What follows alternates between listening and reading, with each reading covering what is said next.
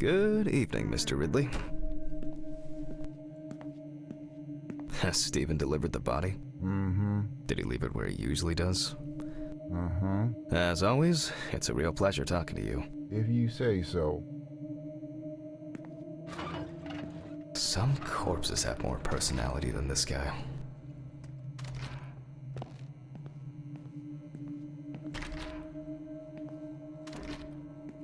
Christ. Who leaves the window open in the middle of November? So I'd better check the answering machine.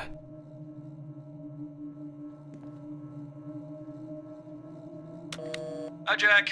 I dropped by a little early today. I left the body with Ridley in the corridor. He wasn't sitting in the locker then, so maybe he'll even throw him into the room. Well, how are you doing? I mean, it's your first birthday without her, and...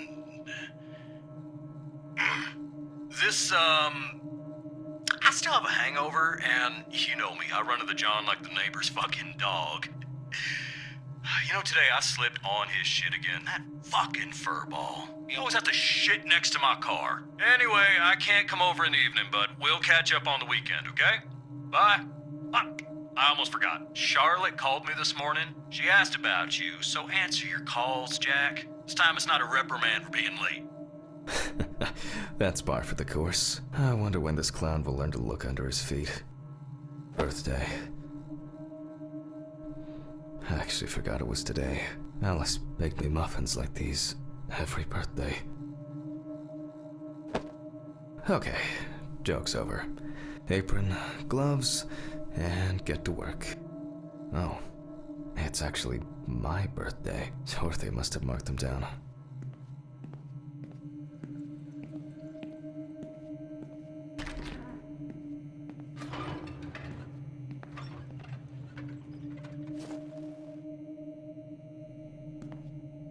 I need to order another batch of these. I've got to remember to do that later. Ah, man. I remember you. You were on that talent show. What was your name again? Stephen laughs at me for recording everything.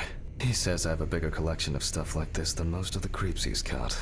November 21st, 1991. Time, 9:13 p.m. The autopsy is conducted by Jack Handman.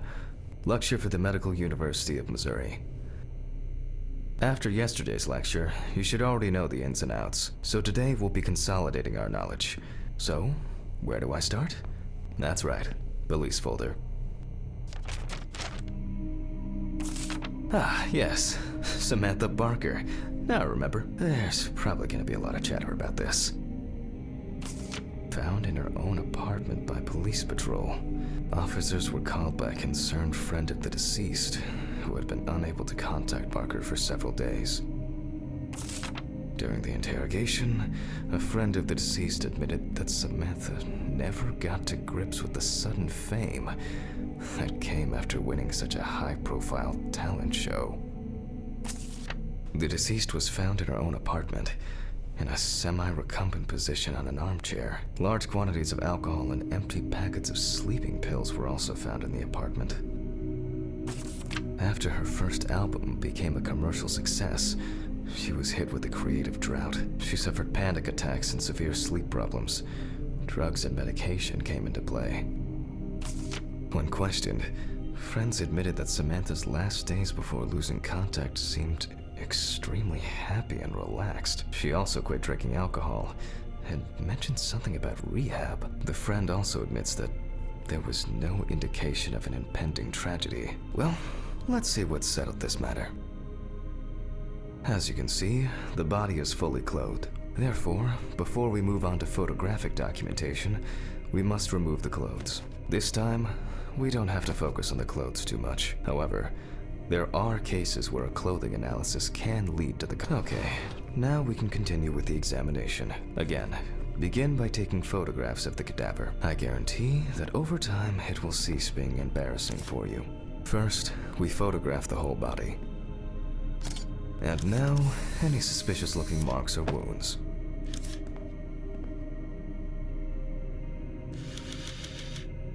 And Interesting. Very uneven. We need to investigate this. You don't get such bruises from a normal contusion.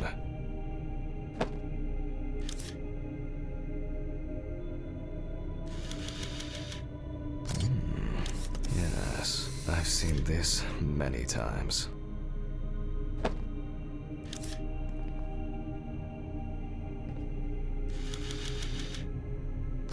Well, there's even more here.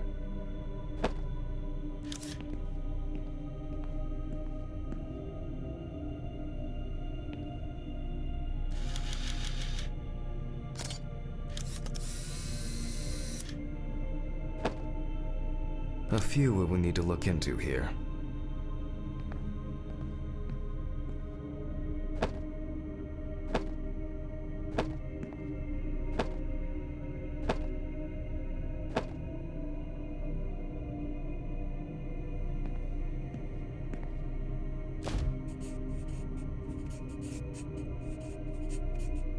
Notes prepared. Time to take a closer look.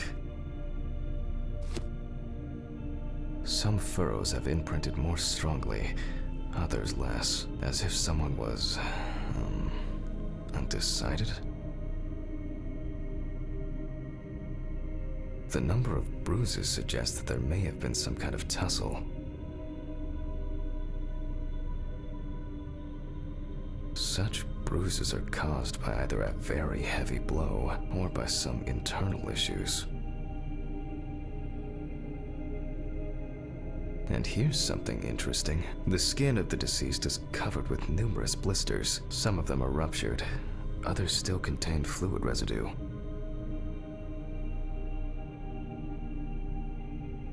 More numerous blisters. We have some leads to investigate here. Let's write this down. On the neck of the deceased, we can see clear furrows, indicating that strangulation may be the probable cause of death. Given the condition of the deceased, it's difficult to tell immediately whether the bruises were the result of a struggle or perhaps the result of iron deficiency. In general, such blisters usually appear in the case of mechanical abrasions, but due to the place of occurrence, this should be excluded. The most likely cause of such skin changes is the high concentration of barbiturates in the body. Currently, it's difficult to say whether the bruises were the result of a beating or whether it could be some kind of internal bleeding. Although it's easier to have abrasions on your feet, but the number and size of the blisters suggests that it's probably a matter of barbiturate poisoning. A severed spinal cord, trauma to the larynx, or trachea will verify whether the hanging was the final nail in Miss Barker's coffin. The examination with a UV lamp will dispel some doubts. Potential attackers could have left traces. I'll add barbiturates to the list of necessary tests. After examining the organs, we can easily verify whether there was internal bleeding or whether the deceased was suffering from something. To be checked in the lab later. Given the testimony of the victim's friend, but first I'll check for external traces. For this, we use the good old UV lamp. I look carefully at the whole body. UV rays will reveal that the area around the head is empty. Torso, empty without marks. The left hand seems to be fine, no marks. Right hand clean.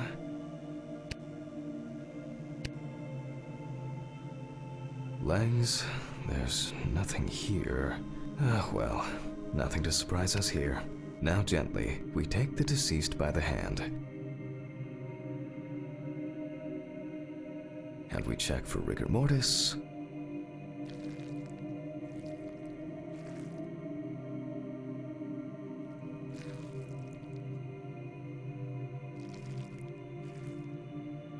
Again, the hand falls freely. Since we don't have a definitive lead, we will examine all the key organs one by one. So, I'm starting the internal inspection. I dissect the skin of the deceased.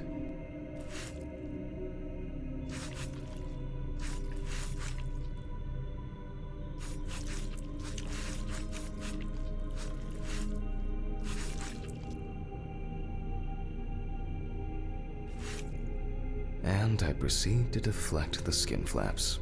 Compared with yesterday's body, the deceased has only trace amounts of adipose tissue. Now for the ribs. What do we have here? Or rather, what don't we have? There is certainly no sign of internal bleeding. Before I disembowel the deceased, I will take samples for toxicological tests to determine the alcohol content in the body. I just need my syringe. Just to be sure, I'm taking samples from 3 organs: the eyeball, the heart, and the bladder. Analysis will rule out, or confirm, alcohol poisoning as the cause of death.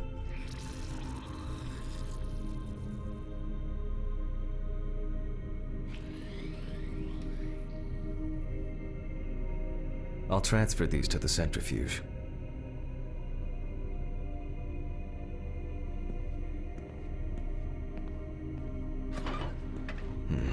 What was it? 15, 70, 10, 75? Numbers have never been my strong point. It's probably why I regularly forgot birthdays and anniversaries. I'm lucky Alice always forgave me.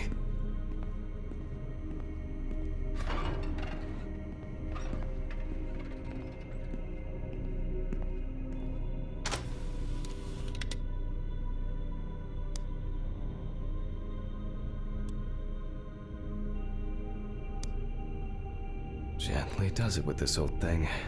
Handle with kid gloves. I'm starting the centrifuge. Let's see what results come out. The laboratory is already open, so... Fucking hell! Ridley! Mr. Ridley! The fuses need resetting. Where is he? Fuck it. I'll do it myself.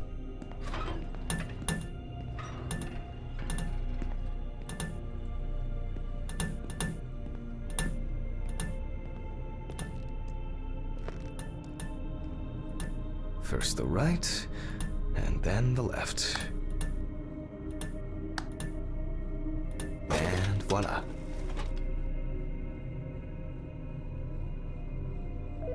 Oh, for fuck's sake. Can't I work in peace?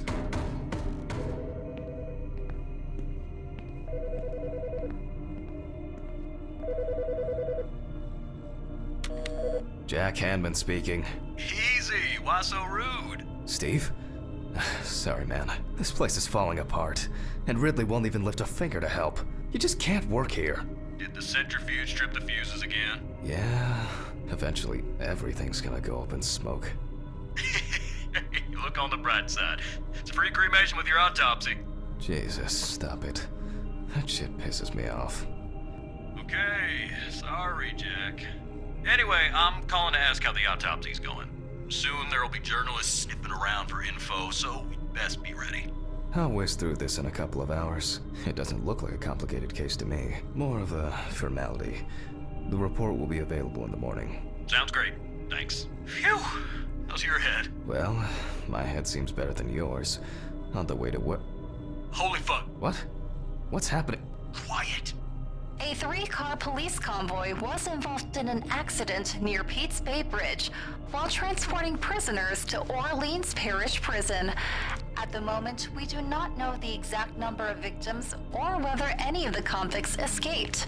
However, the scale of the accident indicates a large number of victims, possibly even fatal ones.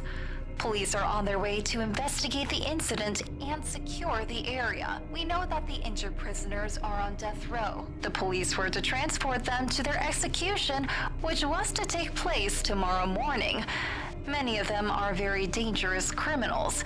We will report on the matter on an ongoing basis, so stay tuned with us. What? Steven, was Red Pete one of the passengers? He was, wasn't he? What if he survived? Jack, I have to go. They want me on site. What if he survived? I gotta go. Talk to you later, okay? Fuck. Calm down, Jack. Pills. I need my pills. You heard him, Jack. Serious. Nothing's going to happen.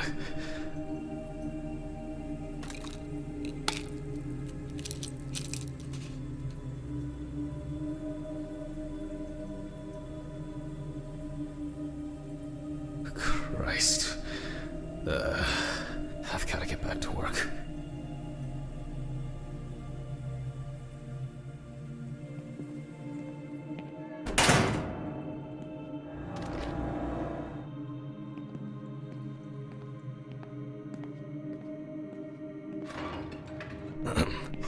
Technical break. At least I know I can pursue a career as a janitor if I need to.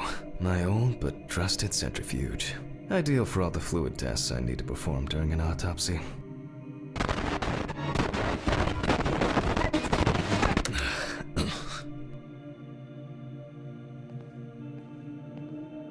Alright, let's see if we were able to get anything out of this piece of crap. And miraculously, yes, the samples did spin. I'll transfer them to the chromograph in the lab.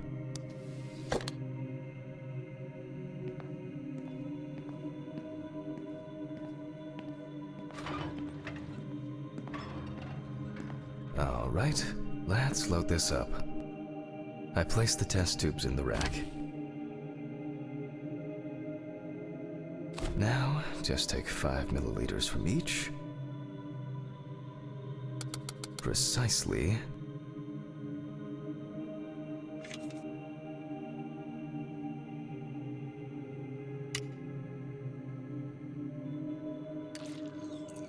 And the next.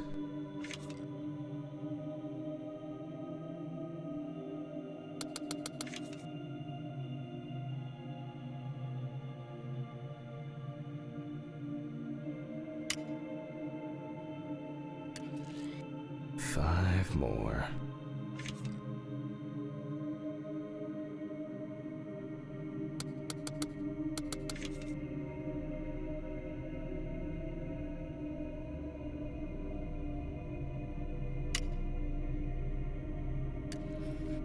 We put the prepared sample into the machine.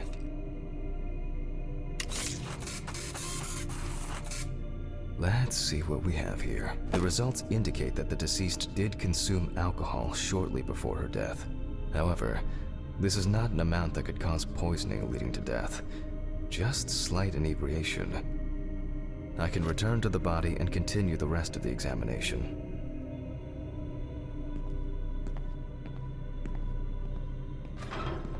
The chromatograph results show that we can eliminate alcohol poisoning from our list of potential causes of death. However, remember that alcohol can affect the functioning of the entire body. It disturbs the heart rhythm, accelerating its rate, and dilutes the blood, which may result in more severe bleeding in the event of an accident. Also remember that alcohol affects the metabolism of drugs in the liver, which I'll now look at in more detail.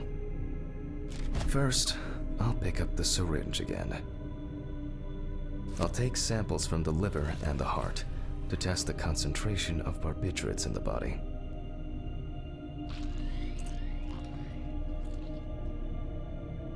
That's enough. I'll do the test later. I'd best not try my luck with the centrifuge right now. Now I removed the liver. No lesions. However, it is slightly enlarged. Perhaps it's a slight inflammation or drug-induced damage. It may also be the result of the deposition of substances from drugs. Let's check the weight of the organ.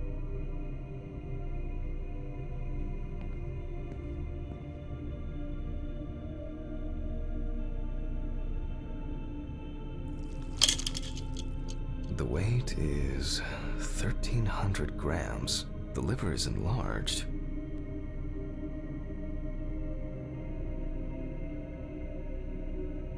I'll move on to a cross-sectional study. Perhaps the enlargement is the result of early cancerous changes. The blade glides through smoothly. I don't feel like I'm encountering any changes with an unusual structure. No steatosis or cirrhosis. The liver is actually quite clean inside.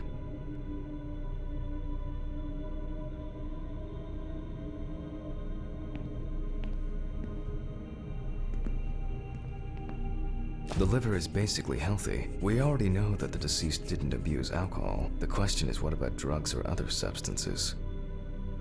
I move on to the heart.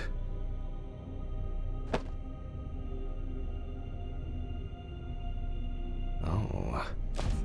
At a glance, we can see signs of a heart attack. The deceased is definitely too young to have a heart attack due to natural causes. The liver is enlarged, not from alcohol poisoning, and the heart looks like it has collapsed. So, I guess we need to go to the centrifuge and check for these barbiturates.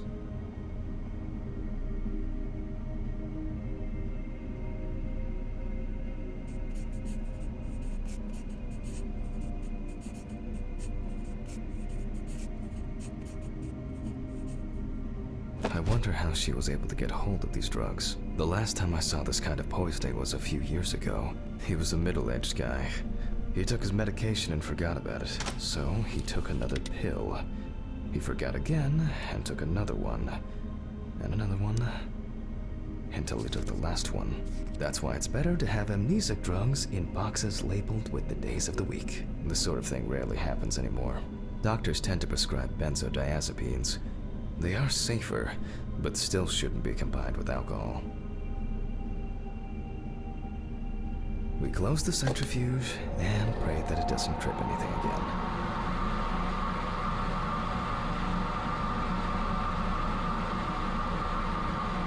It looks like our luck is in.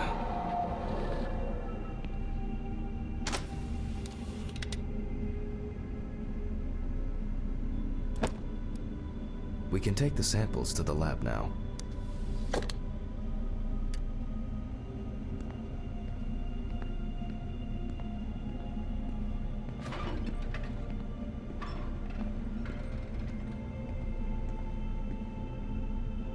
Okay, 2 samples this time, 6 milliliters each.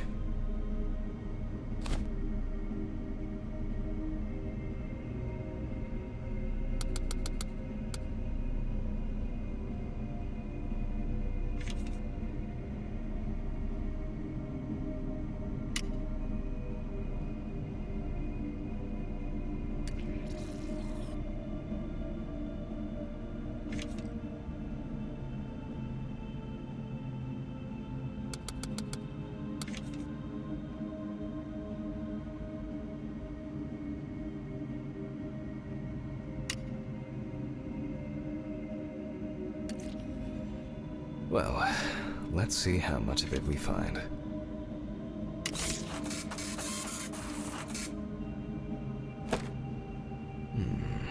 Nothing surprising. Significant amounts of phenobarbital metabolites of hepatic origin. Looks like I'll have to check the contents of the deceased's stomach.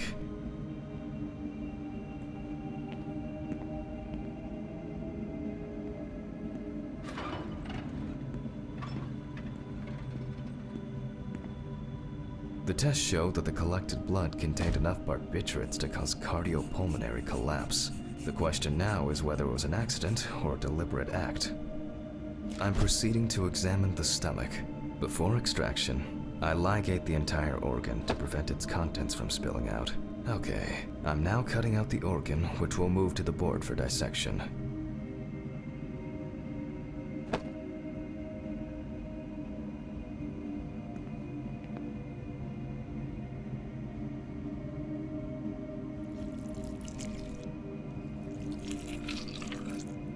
Normally, the stomach and intestines are full of surprises.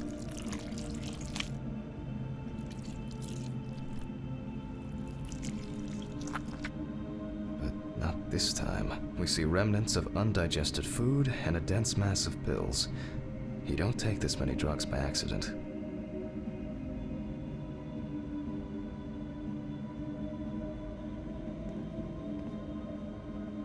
Length and width normal. No obvious pathological changes. Undigested drugs found in the stomach of the deceased. The direct cause of death was probably an overdose. I'll check the rest of the organs, and then the nervous system. We'll see how significant the marks on the neck are for the whole case. Lungs are normal, no lesions. The victim was probably a smoker, but was unlikely to be in any serious danger. The deceased's trachea is normal, complete patency. No, the deceased's intestine is normal. No clear pathological changes. Abdominal cavity checked off. We can check the brain. I make a cut to open the lid of the victim's skull and remove the brain.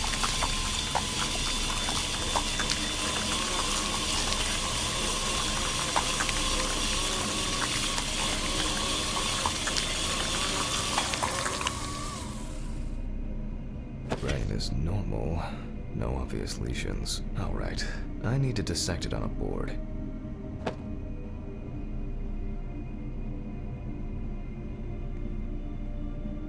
Using a knife, I carefully cut through the brain tissue.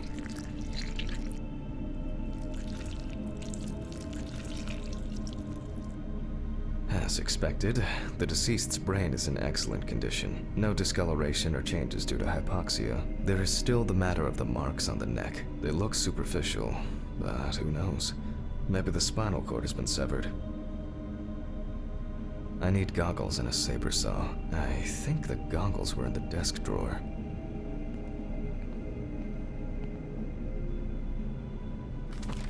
Alice.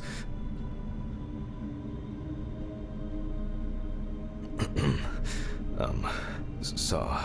I need saw. Oh. I know. I probably left it in the basement after its last cleaning.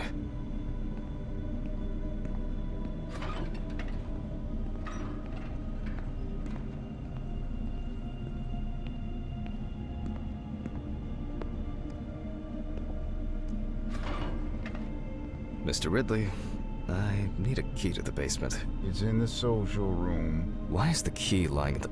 never mind. Thank you. Hey, Hammond. Did you hear about the convoy? Well, maybe you'll get a chance to relive your glory days and catch Red Beat again, huh? Let's hope there won't be a need for that. If only he could put that much enthusiasm into his work. I get the feeling that searching through this rubbish is more pathogenic than working with... Please, may this be the last trip.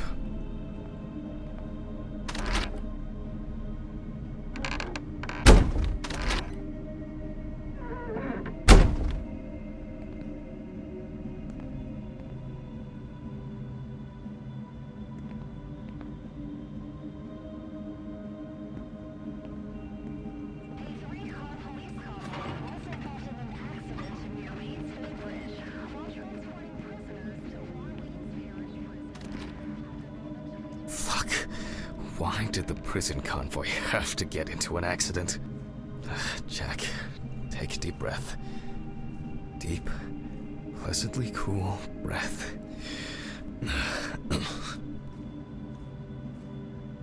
Nearly finished with the autopsy. Then you can go home and rest. I'll take the saw. I'll check. Fuck! It's jammed! Doesn't anyone do maintenance around here? Damn hatch. Damn Red Beat. Light. If only.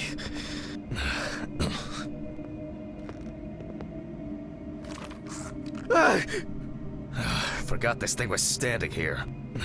It would be easier if I put things away properly. Damn student lectures and their fucking props.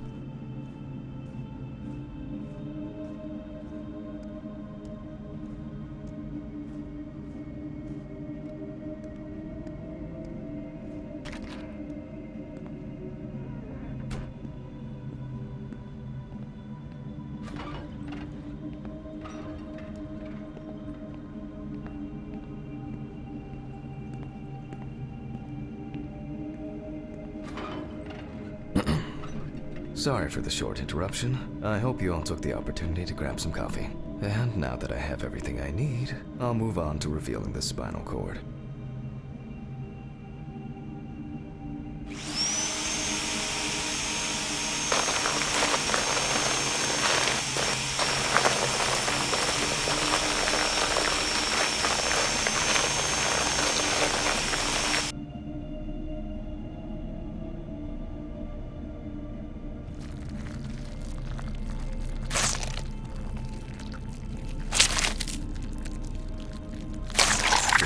Is removed. Calm down, Jack. Take it easy. Take your pills.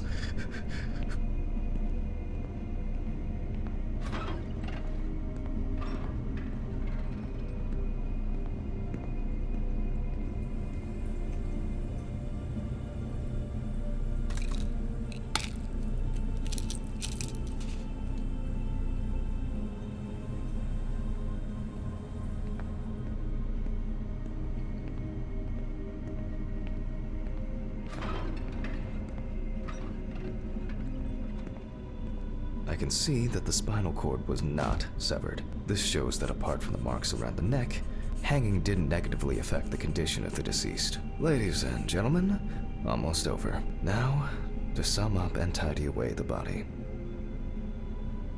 The direct cause of Samantha Barker's death was a heart attack resulting from an overdose of barbiturates. Traces found on the body suggest that the overdose was a deliberate act, following a failed attempt to hang herself. The autopsy found no evidence or genetic materials indicating that death could have been the result of an attack. Third-party involvement must be excluded. Autograph, and we can start sewing.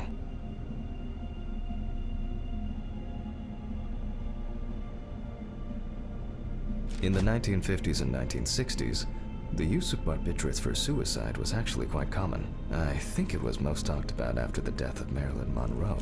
At home, it was a help and comfort. On death row, a farewell to the convicts. Well, that's the way it goes. It isn't the drug, but the dose that makes the poison.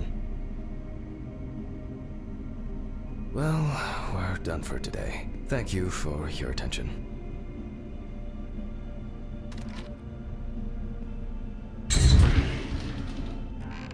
Tiring day. I can feel those hunger pains coming on. I guess I'll have to pick something up along the way. It's been a while since the eye wash in this thing was changed. It's probably a health hazard now.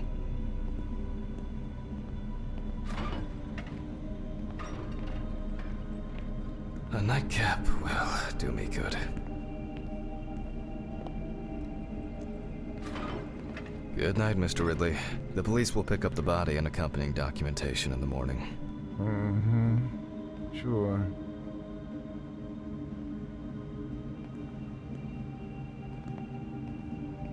I guess there are actually two things in this world you can be certain of.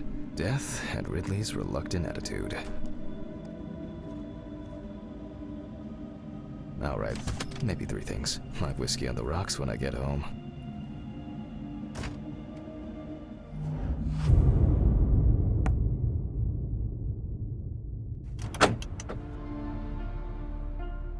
So cold. I guess I should have brought my jacket to work.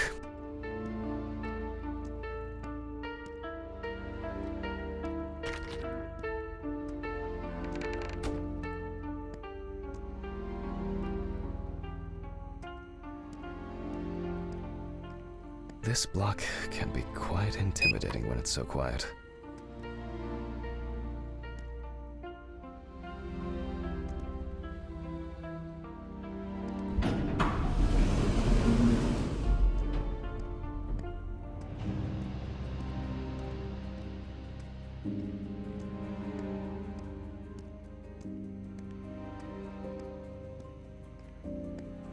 What?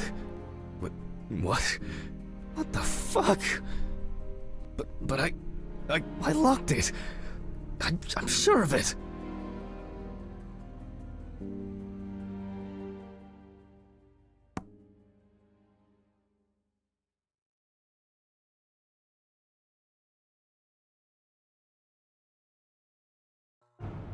Who the fuck did this? I don't have anything valuable. Money. They must have stolen the money. Great. That's all I need. Fuck! What if it was Red Pete? Where? I need my pills. I can't get my thoughts together.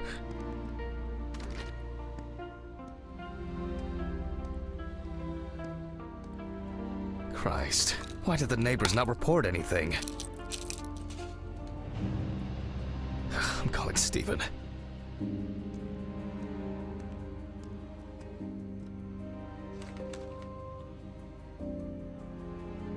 Stephen. Now, Jack, I told you, I'm going for a drink with you for another night in a row. That's not why I'm ringing. Although I could do with one. Someone broke into my apartment. What? Did anyone see anything? Have you called the police yet? No, I don't think so. Anyway, no one contacted me. As for the police, I'm calling right now, officer. All right. Do you want me to head around? Look for any trace evidence? I don't know.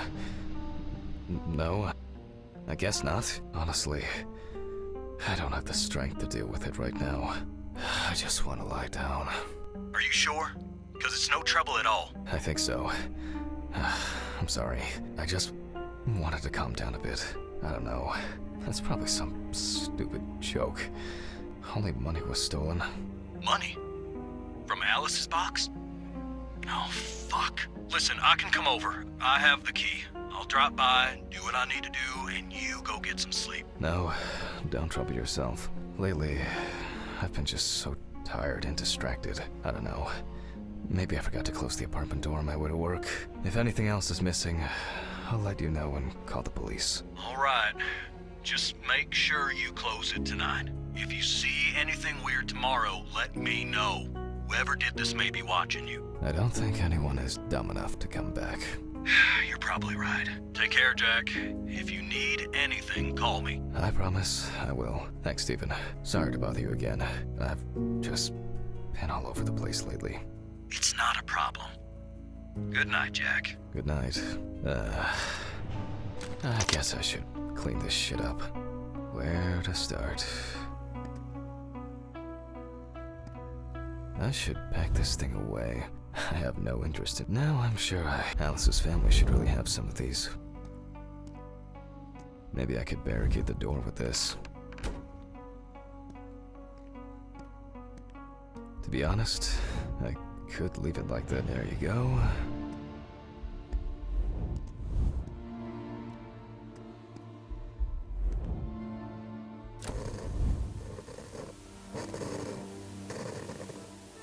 I'm glad this didn't break.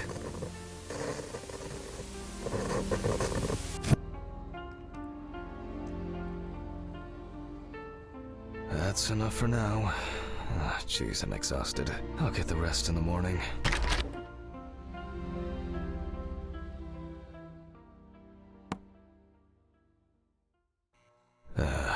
That's enough.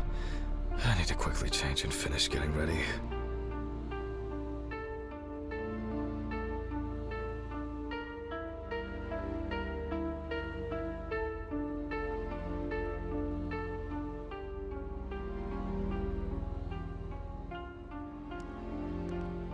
I'm gonna be late for work again.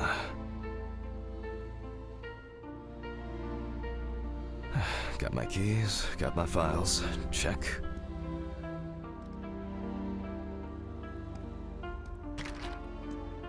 Oh yeah, I should take my pills.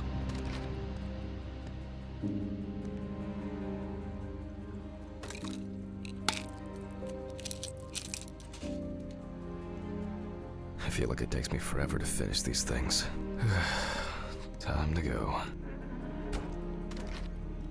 Remember to close the door properly, Jack. I'll ask the neighbors tomorrow if they saw anything suspicious.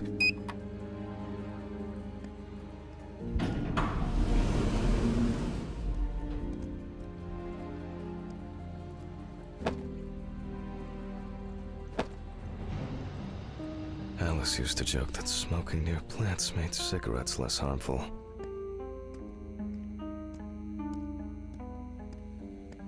Ugh. I wonder if Ridley fixed the coffee machine.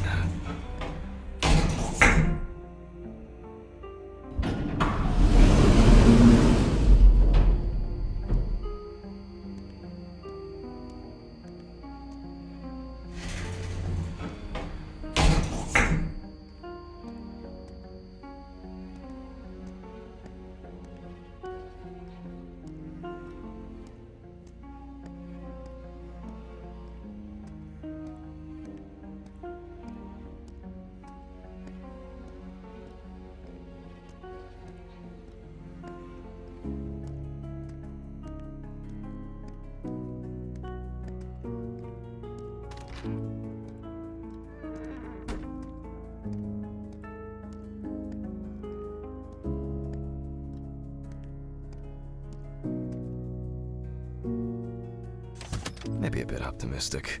I'd better grab a coffee on the way.